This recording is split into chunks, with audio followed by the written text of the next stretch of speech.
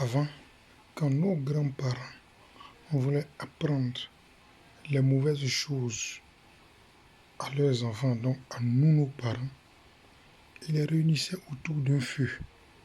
Et autour de ce feu-là, tous les mots ou les caractères qui ne sont pas de bons caractères, qu'est-ce qu'ils faisaient?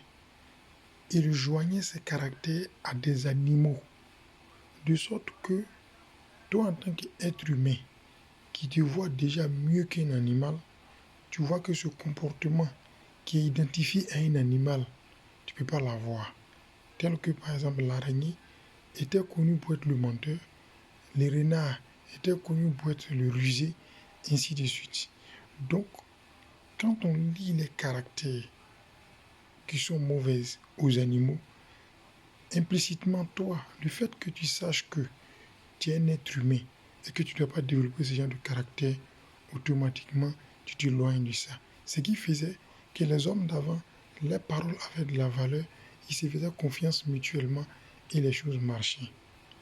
Mais aujourd'hui, depuis lors qu'on a commencé à connaître le mensonge à travers les hommes, la trahison à travers les hommes, automatiquement la méfiance est installée, la haine s'est installée et au fur et à mesure, l'amour a disparu.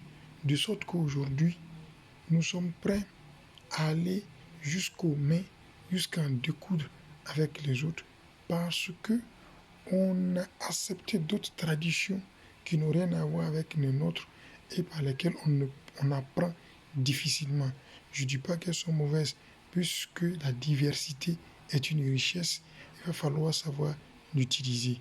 Mais là où je vais en venir, je vais dire simplement que pour qu'il y ait un sens, il faut que tu aies une image et un nom.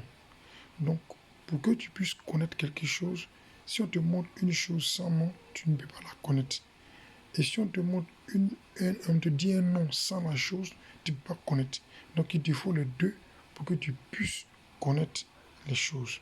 Ça veut dire, quand on dit un menteur et qu'on le réfère à un animal, ce qui veut dire que l'être humain se voyant mieux que l'animal ne va pas adopter ce comportement-là.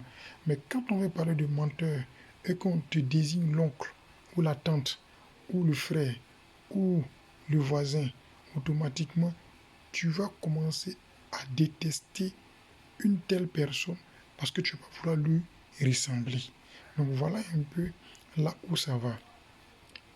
Si tu veux bien comprendre comment est-ce que notre sens de compréhension des choses a été tronqué et aujourd'hui ça nous fait du tort et que nous vivons très mal, rendez-vous le 8 et 9 décembre 2025 au complexe Cheikh Ibrahim Agnès avec notre guide Cheikh Chérif Oumar Abdelaziz à travers la première séance du réveil pour l'éveil dans la voie de la méditation avec Kun Fayakoun Academy.